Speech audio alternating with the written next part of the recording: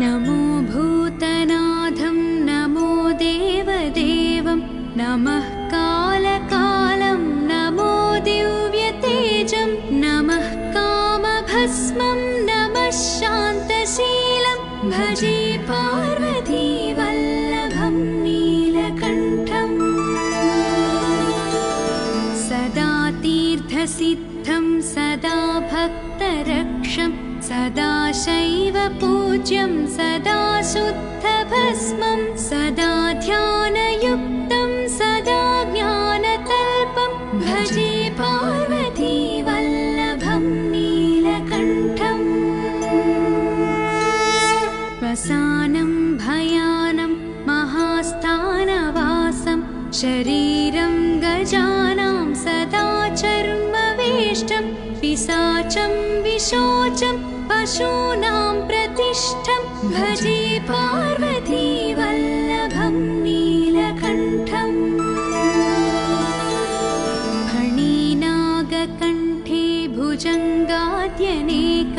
गळेरुण्डमालं महावीरशूरं कटिं व्याघ्रचर्मं चिताभस्मलेपं भजे पार्वतीवल्लभं नीलकण्ठम् शिरःशुद्धगङ्गा शिवा वामभागं बहुदीर्घकेशं सदा मान्त्रिनेत्रं फणिनागकर्णं सदा बालचन्द्रं भजे पार्वतीवल्लभं नीलकण्ठम् करे शूलधारं महाकष्टनाशं सुरेशं वरेशं महेशं जनेशं धने चारुईशं भजेशं गिरीशं भजे पार्वतीवल्लभं नीलकण्ठम्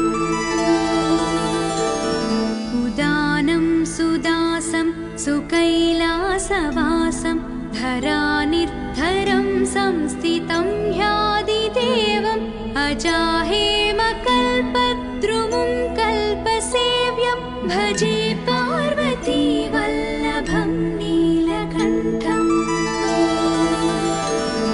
मुनीनां वरेण्यं गुणं रूपवर्णं द्विजानं परन्तं शिवं वेदशास्त्रम् अहो दीनवत्सं कृपालं शिवं हि भजे पार्वतीवल्लभं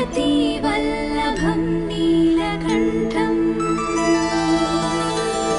सदा भावनाथं सदा सेव्यमानं सदा भक्तिदेवं सदा पूज्यमानं मया तीर्थवासं सदा सेव्यमेकं भजे पार्वतीवल्लभं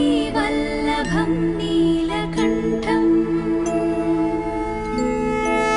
इति श्रीशङ्कर भगवतः कृता श्रीपार्वतीवल्लभ नीलकण्ठाष्टकं सम्पूर्णम्।